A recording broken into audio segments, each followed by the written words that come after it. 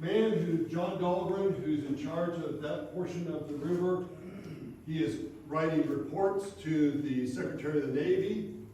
Lights are shown in Maryland side to give the notice of our vessels coming and should be seized. So the Maryland people, citizens, they have been burning light boats. They've been moving buoys. They've been doing everything they can to disrupt the activity. When a ship comes down, when one of the Potomac flotilla comes down the river, there are people signaling. So anything as far as smuggling activity has been going on, they can gather that up, they can go and hide in the bushes. Very frustrating on the part of the Navy. Finally, both Lincoln and the Secretary of the Navy have had enough. In October, after the incident with those two ships, the river is becoming hourly dangerous. This is from the Secretary of the Navy. The Navy has exerted itself. It is imperative that the Army take action unless communication by river is to be abandoned.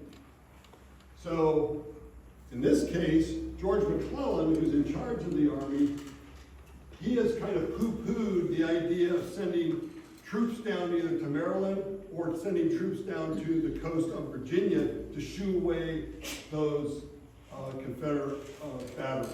He thinks once the course of the war kind of takes a different turn, then they'll have no choice to abandon it. But Lincoln is had enough. Ships are not coming in and out of Washington because they're afraid to get shot at, even though the Confederate aim is very poor.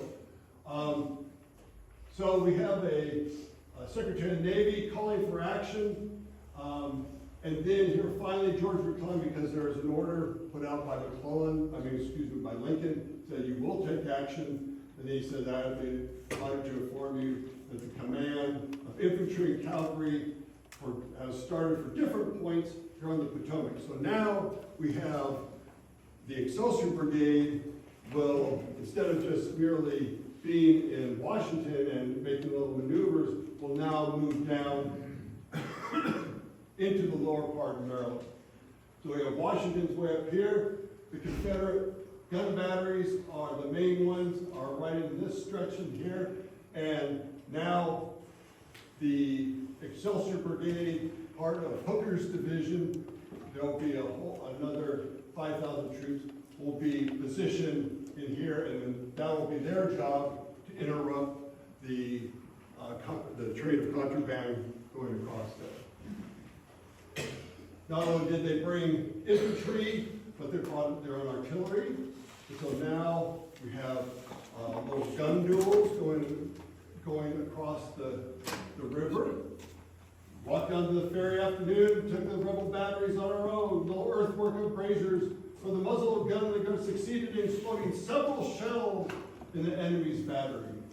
So they're shooting over here, and it's great sport. One of the things that the new troops to the area like to do is go down to the riverbank and watch either the exchange of gunfire going back and forth the river, or watching the Confederates trying to shoot at ships coming up and down the river. And there's a number of reports where a group of new men is all settled in, and then as soon as the Confederate shot goes long and plows a trench right beside them or knocks down a tree right behind them, then they go skedaddling back to the safety.